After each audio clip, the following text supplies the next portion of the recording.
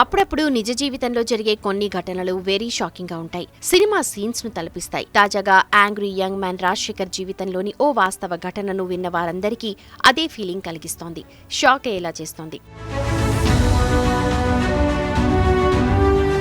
అటు డైరెక్టర్గా, ఇటు యాక్టర్గా, మధ్యలో ప్రొడ్యూసర్గా ఫిల్మ్ ఇండస్ట్రీలో తెగ బిజీగా ఉండే రాజశేఖర్ ఓ త్రో బ్యాక్ ఇంటర్వ్యూలో తన జీవితంలో జరిగిన షాకింగ్ ఇన్సిడెంట్ గురించి చెప్పారు. తాగి దేవుడి ముందుకు వెళ్లిన తనకు ఆ దేవుడు ఎలా కళ్ళు తెరిపించాడనేది వివరించారు.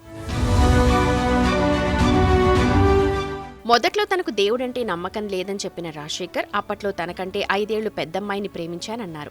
అయితే ఆ అమ్మాయి రిజెక్ట్ చేసిందని, దాంతో దేవదాస్ అయ్యానని, మందుకు సిగరెట్కు బానిసయ్యానన్నారు. అప్పుడు ఒక ఫ్రెండ్ దేవుడి మీద నమ్మకం లేదు, అందుకే ఇలా జరుగుతోందంటే ఫుల్గా తాగేసి పక్కనున్న ఓ శివాలయానికి వెళ్లానన్నారు. దేవుడి ముందు అలాగే నిల్చొని తాను ప్రేమించిన అమ్మాయి తిరిగి తనను ప్రేమిస్తే నిన్ను నమ్ముతాను, లేకుంటే నువ్వో రాయివని దేవుడితో చెప్పాన్నారు.